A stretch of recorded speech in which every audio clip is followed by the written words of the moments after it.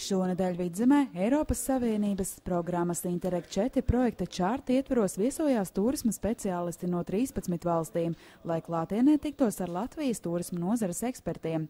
Vizītes ietvaros Cēsīs norisinājās seminārs, kura laikā projekta partneri apmainījās ar pieredzi par informācijas nodošanu ceļotājiem, izmantojot dažādus resursus. Kā mēs informējam savus šos cilvēkus, kas apmeklē informācijas centrus, kā līdz viņiem nonāk informācija, vai tas vienmēr ir tieši caur materiāliem informāciju, vai tas ir varbūt arī interaktīvi, vai mēs nododam to caur internetu, kas ļoti populārs, protams. Un jāteic, ka Latvijā šajā jomā ir paveikts ļoti daudz. Iespējas saņemt informāciju dažādos veidos uzteica arī projekta koordinators no Grieķijas.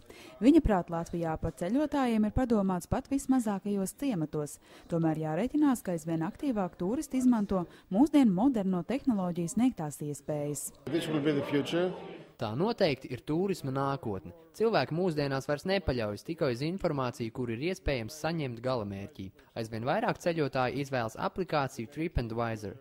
Šeit gan nav pārāk plaša informācija par galamērķi, tomēr šeit ir iespējams uzzināt, ko citi ceļotāji iesaka par izvēlēto galamērķi. Nenoliedzam par moderno tehnoloģiju nozīmi turisma jomā tiek domāts arī Latvijā. Tieši tāpēc Turisma attīstības valsts aģentūra ceļotājiem piedāvā apmeklēt interneta portālu Latvija Travel, kur pieejama kvalitatīva informācija par dažādiem turisma objektiem un galamērķiem. Mēs arī esam izveidojuši mobilo aplikāciju, lai tie lietotāji, kuru skaits diezgan strauji pieaug, kas tieši lieto viedos tālruņus, tie arī var iegūt informāciju par to, kas ir tuvumā, kādi apskates objekti.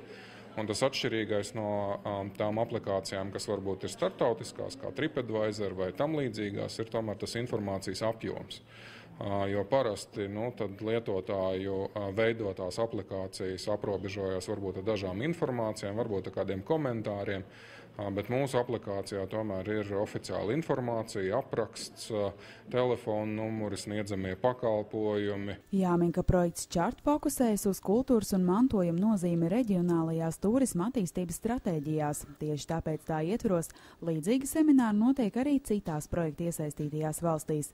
Tomēr projekta sabiedrisko attiecību menedžere, kuri jau kādu laiku dzīvo Grieķijā, uzsver, ka Vidzemes turisma asociācijas pieredze turisma attīstībā ir neatsverama. Projekts Čārts no viņiem paņem vairākus modeļus, tādus labus, iedod citiem projekta partneriem, lai viņi šo te modeli adaptētu savā valstī un uzlabotu, kultūras turismu un attiecīgi arī ekonomikas līmeni. Mums varbūt tā stiprā puse ir tā partnerība, kas ir mūsu pašvaldības tas pamats, uz ko mēs arī strādājam sadarbību ar valsts institūcijām, tā skaitā Turisma attīstības valsts aģentūru, ar pašvaldībām, ar informācijas centriem, un tas ir tas, kas viņus arī interesē, kādā veidā mēs to darām. Kā viņi to atkal varētu izmantot dēļ sevis. Projekta partneri viesojoties Latvijā iepazinās arī ar pieredzi velo maršrutu veidošanā un velosipēdu izmantošanā turisma galamērķos, kā arī apmeklēja Gulbenes Alūksnes Bānīšu svētkus un vairākus turisma informācijas centrus Vidzemē.